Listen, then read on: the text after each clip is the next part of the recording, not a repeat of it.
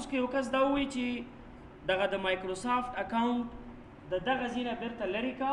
او هغه پخوانی اکاونټ بیرته باید راشي نه لوکل دې دا معنا نه ده چې دا اکاونټ دې ځینه ته لرې کړي نو دا د مایکروسافت ډیټابیس نه هم ډیلیټ شو نه دا صرف دلته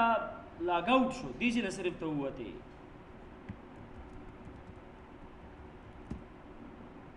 ګورئ هم کله چې د دې نه وځو واپس د لوکل اکاونټ خواته ځو نو تاسو به یوزر اکاونټ ته راشئ بیا به یوزر اکاونټس باندې کلیک کړئ manage another account add a new user in PC setting دلته براشي your info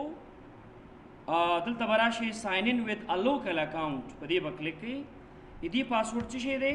خان یو دوه درې څلور @ sign دا به نیکسټ کړئ مخکینی اکاونټ په دې نوم وکنه به دې د پاسورډ ورکا او نیکسټ کا او فینیش کا هغه بل لري شي دا ورش نه ورکا زوړ پاسورډ ختم شوی نه وي وته